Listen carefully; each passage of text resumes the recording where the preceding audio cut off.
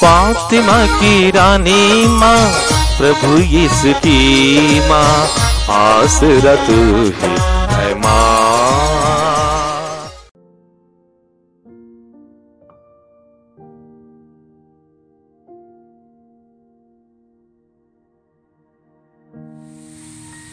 पहला पाठ सामुएल का पहला ग्रंथ, अध्याय 3, पद संख्याएं 3 से 10 और 19 तक। सामुएल प्रभु के मंदिर में, जहां ईश्वर की मंजूषा रखी हुई थी, सो रहा था। प्रभु ने सामुएल को पुकारा। उसने उत्तर दिया, मैं प्रस्तुत हूं। और एली के पास दौड़कर कहा, आपने मुझे बुलाया है, इसलिए आया हूं। एली ने कहा, मैंने तुमको नहीं बुलाया, जाकर सो जाओ। वह लौटकर लेट गया। प्रभु ने फिर सामुएल को पुकारा। उसने एली के पास जाकर कहा, आपने मुझे बुलाया है, इसलिए आया हूं। एली ने उत्तर दिया, बेटा, मैंने तुमको नहीं बुलाया, जाकर सो जाओ। सामुएल प्रभु से परिचित नहीं था। प्रभु कभी उससे नहीं बोला था। प्रभु ने तीसरी बार सामुएल को पुकारा। वह उठकर एली के पास गया और उसने कहा, आपने मुझे बुलाया, इसलिए आया हूं। तब एली समझ गया कि प्रभु युवक को बुला रहा है। एली ने सामुएल से कहा, जाकर सो जाओ। यदि तुमको फिर बुलाया जाएगा तो यह कहना, हे प्रभु, बोल, तेरा सेवक सुन रहा है। सामुएल गया और अपनी जगह लेट गया। प्रभु उसके पास आया और पहले की तरह उसने पुकारा, सामुएल, सामुएल। सामुएल ने उत्तर दिया, बोल, तेरा सेवक सुन रहा है।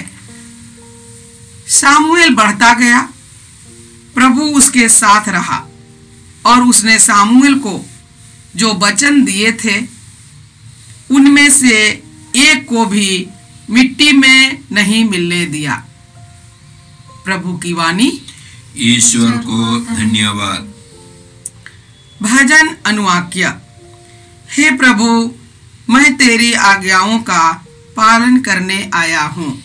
हे प्रभु, मैं तेरी आज्ञाओं का पालन करने आया हूँ।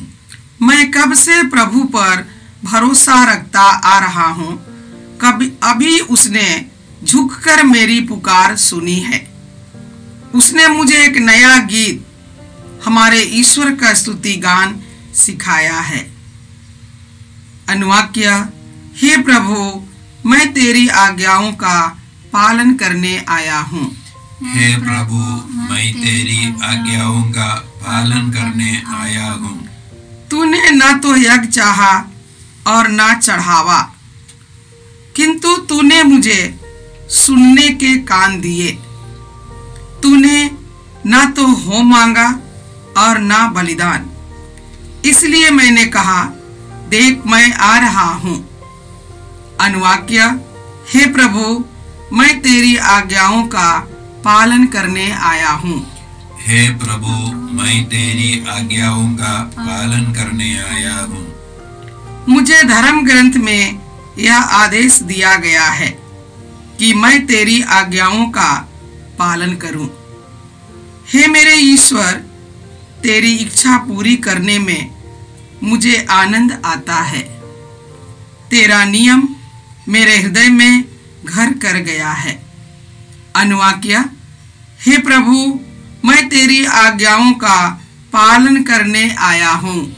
हे प्रभु, मैं तेरी आज्ञाओं का पालन करने आया हूँ। मैंने सबों के सामने तेरे न्याय का बखान किया। हे प्रभु, तू जानता है कि मैंने अपना मुख बंद नहीं रखा। अनुवाक्य, हे प्रभु, मैं तेरी आज्ञाओं का पालन करने आया हूँ। हे प्रभु, मैं तेरी आज्ञाओं का पालन करने आया हूँ। दूसरा पाठ कुरिन्थियों के नाम संत पौलुस का पहला पत्र, अध्याय 6, पद संख्याएं 13 से 15, 17 से 20 तक। शरीर व्यभिचार के लिए नहीं, बल्कि प्रभु के लिए है, और प्रभु शरीर के लिए। ईश्वर ने जिस तरह प्रभु को पुनर्जीवित कर दिया, उसी तरह वह हम लोगों को भी अपने सामर्थ्य से पुनर्जीवित कर देगा। क्या आप लोग यह नहीं जानते कि आपके शरीर मसीह के अंग है? जो अपने को प्रभु से मिला देता है, वह उसके साथ एक ही आत्मा बन जाता है। व्यभिचार से दूर रहें। मनुष्य के सब दूसरे पाप उसके शरीर के बाहर है, किंतु व्यभिचार करने वाला अपने ही शरीर के विरुद्ध पाप करता है। क्या आप लोग यह नहीं जानते कि आपका शरीर पवित्र आत्मा का मंदिर है? वह आप में निवास करता है और आपको ईश्वर से प्राप्त हुआ है। आपको अपने पर अधिकार नहीं होता। ईश्वर ने ऊंची कीमत पर आपको खरीद लिया है। इसलिए आप लोग अपने शरीर में ईश्वर की महिमा प्रकट करें। प्रभु की वाणी। ईश्वर को धन्यवाद। जय घोष, हालेलुया, हालेलुया। हे प्रभु, बोल, तेरा दास सुन रहा है। तेरे ही शब्दों में अनंत जीवन का संदेश है। हालेलुया। प्रभु आप लोगों के साथ हो और आपकी आत्मा के साथ। संत योहन के अनुसार पवित्र सुसमाचार। हे प्रभु, तेरी महिमा हो। अध्याय 1, पद संख्याएं 35 से 42 तक। योहन अपने 2 शिष्यों के साथ वहां था। उसने यीशु को गुजरते देखा और कहा, देखो ईश्वर का मेमना। दोनों शिष्य उसकी यह बात सुनकर यीशु के पीछे हो लिए। यीशु ने मुड़कर उन्हें अपने पीछे आते देखा और कहा, क्या चाहते हो? उन्होंने उत्तर दिया, रब्बी अर्थात गुरुवर, आप कहाँ रहते हैं? यीशु ने उनसे कहा, आओ और देखो।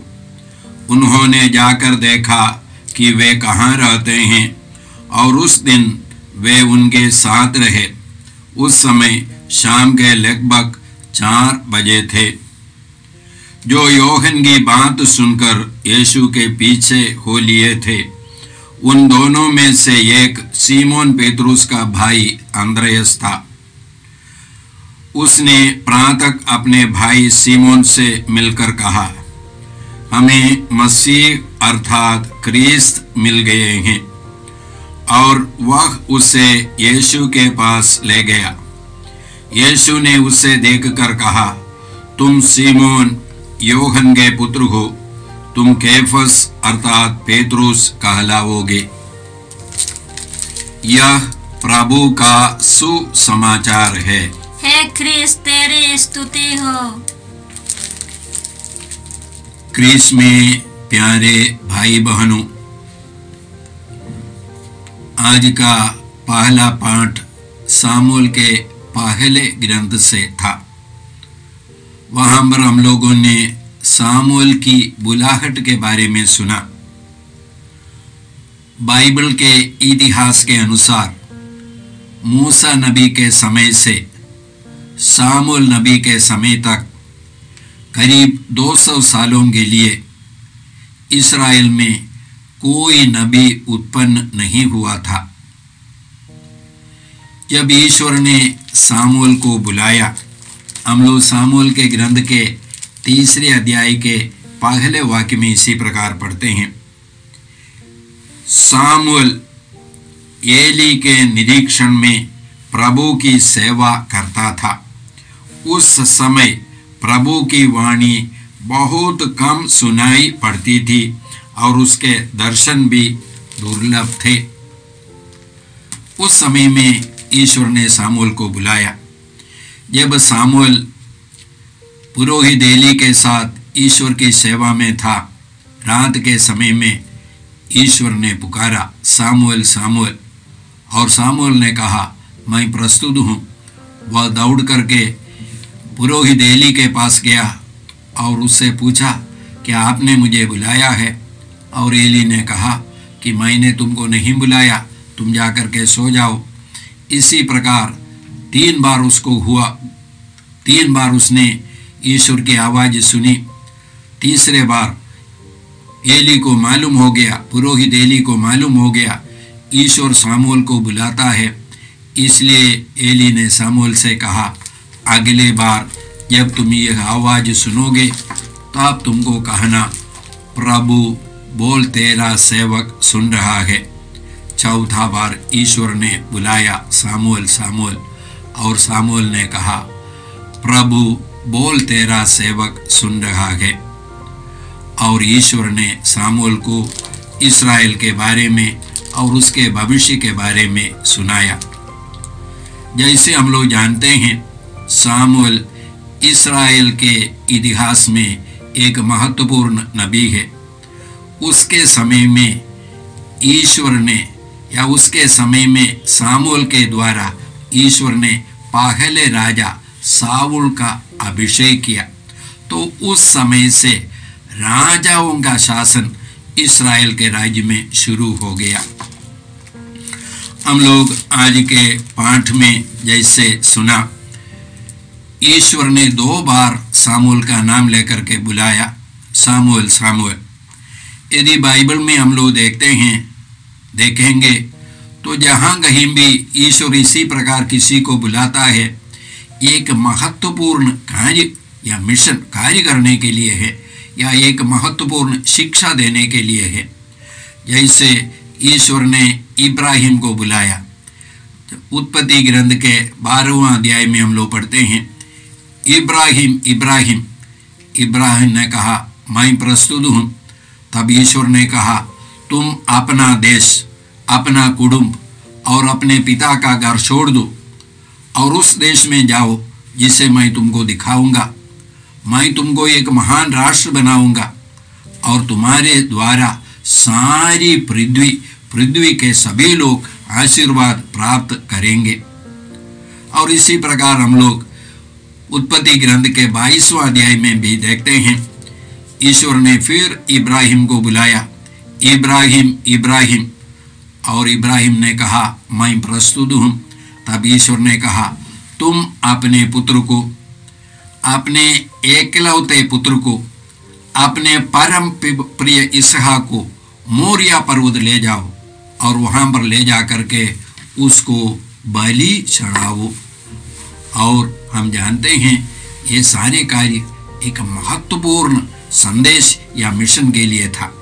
हम लोग बाइबल के नए विधान में पढ़ते हैं, ईश्वर साउल को, संत पौलुस को बुलाते हैं।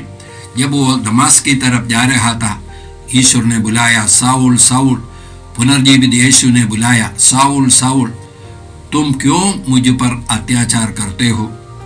हम जानते हैं कलीसिया के इतिहास में सबसे बड़े सुसमाचार प्रचारक के रूप में ईश्वर ने, पुनर्जीवित यीशु ने पौलुस को बुलाया।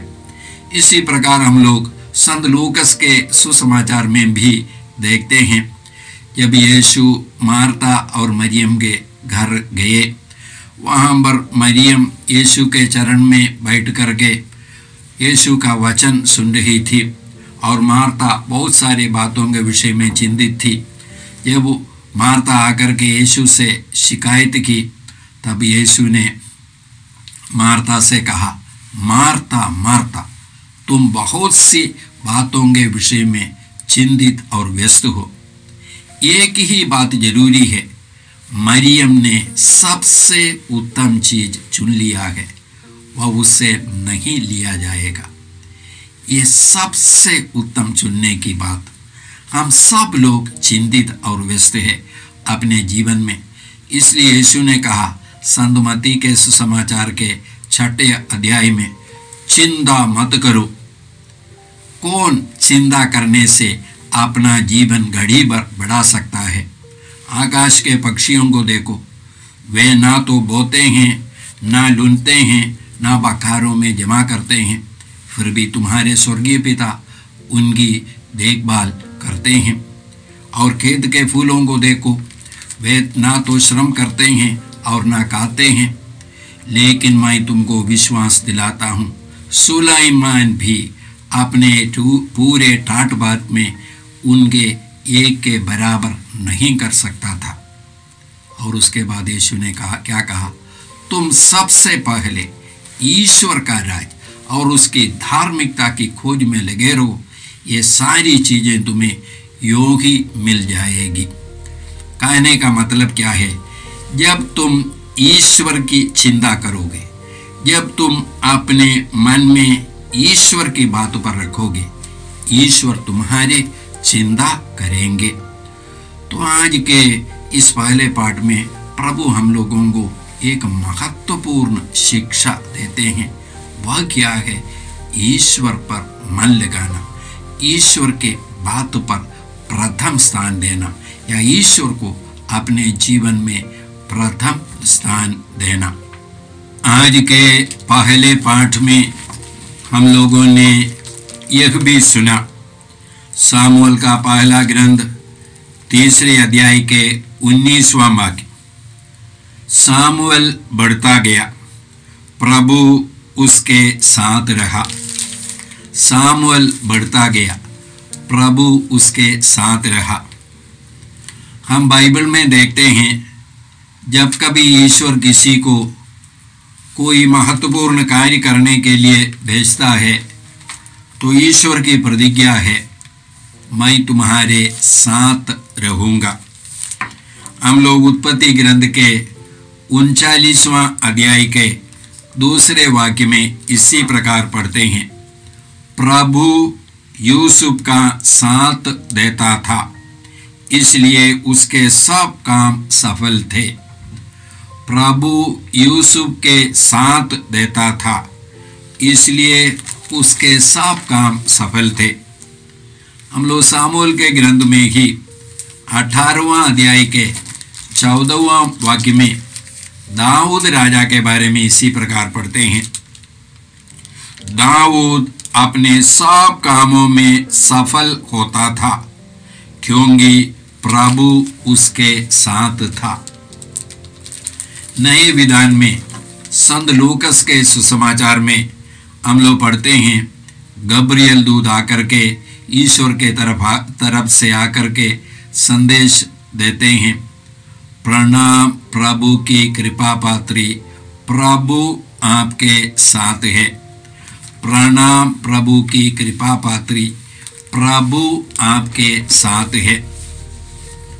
संत मत्ती के सुसमाचार के 28वां अध्याय के 20वां वाक्य में ईश्वर यीशु, पुनर्जीवित यीशु अपने स्वर्गारोहण के पहले शिष्यों से बोलते हैं, याद रखो मैं संसार के अंत तक सदा तुम्हारे साथ हूं। वास्तव में कब यीशु ये बात बोलते हैं?